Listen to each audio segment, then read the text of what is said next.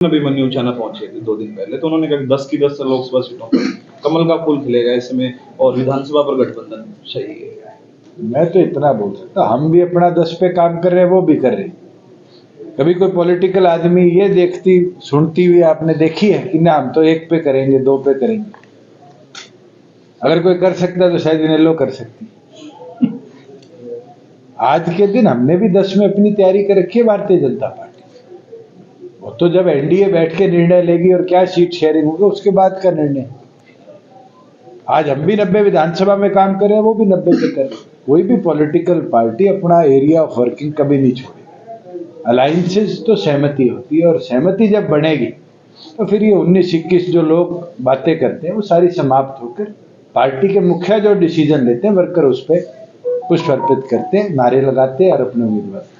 Sir, विपक्ष निरंतर दावे पेश कर रहा है कि ईडी का इस्तेमाल जो है वो गलत किया जा रहा है। आप विपक्ष में बैठे लोगों से ये तो पूछो कि चौधरी अजय सिंह चौटाला जी को, ओम प्रकाश चौटाला जी को जब सलाखों के पीछे सीबीआई ने डाला था तो क्या वो तंत्र ठीक थे?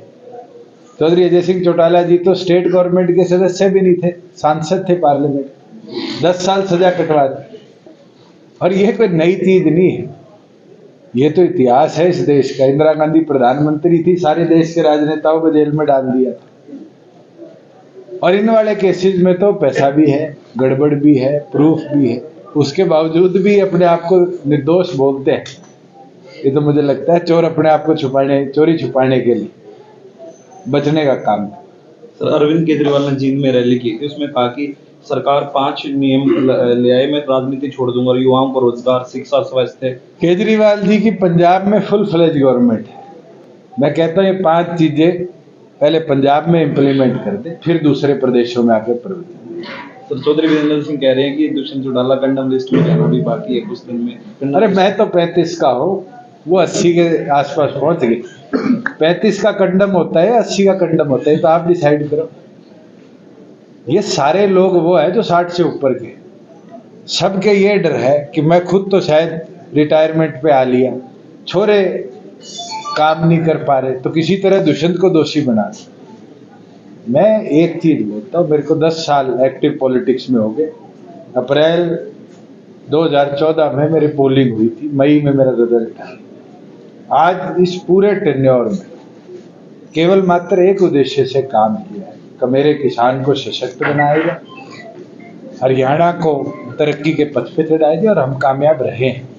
मुझे किसी से प्रमाण लेने की जरूरत नहीं, मगर जो लोग इस तरह के शब्दावली का इस्तेमाल करते हैं कि कंडम है, उनको खुद के मानसिक शरीरारी चेकअप जरूर अस्पतालों में कराना चाहिए। शायद वो कंडम होने लगे उम्र के साथ साथ।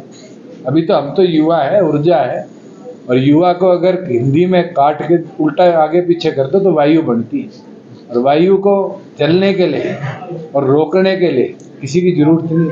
तो कांग्रेस द्वारा जन संदेश यात्रा प्रदेश में निकाली जा रही है, तो वो कह रहे हैं कि कांग्रेस के तो 2 गुट सामने आ गए, एक एसआर के गुट है, एक बाबू बेटा गुट है, और दोनों में जिस तरह के तकरार चल रहे हैं, मुझे लगता है सेंट्रल लीडरशिप भी रोक नहीं पा रही। ये अंतिम चुनाव कांग्रेस का है, इस चुनाव में कांग्रेस का खात्मा पूरा है।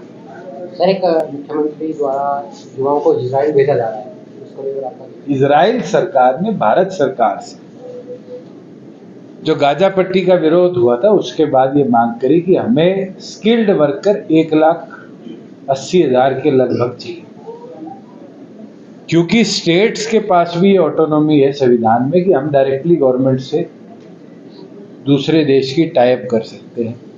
हमने टाइप किया कि हरियाणा कौशल रोजगार के माध्यम से हमारे पास रजिस्टर्ड स्किल वर्कर, और उनके इंटरव्यू इजरायली कंपनीज ने आकर महर्षि दयानंद यूनिवर्सिटी रोहतक में करे।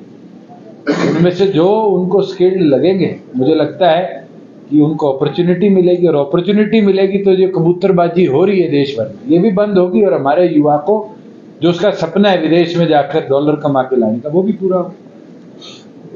सर, आखिरी क्वेश्चन है सर, निरंतर चानों को लेकर सवाल उठते हैं, डिप्टी सीएम चाना से चुनाव लड़ेंगे नहीं लड़ेंगे, तो ऐसे में क्या कहना? मैं ये गारंटी ले सकता हूँ आपका वजन 80 से 100 हो जाएगा, दुष्यंत चाना नहीं छोड़ेगा।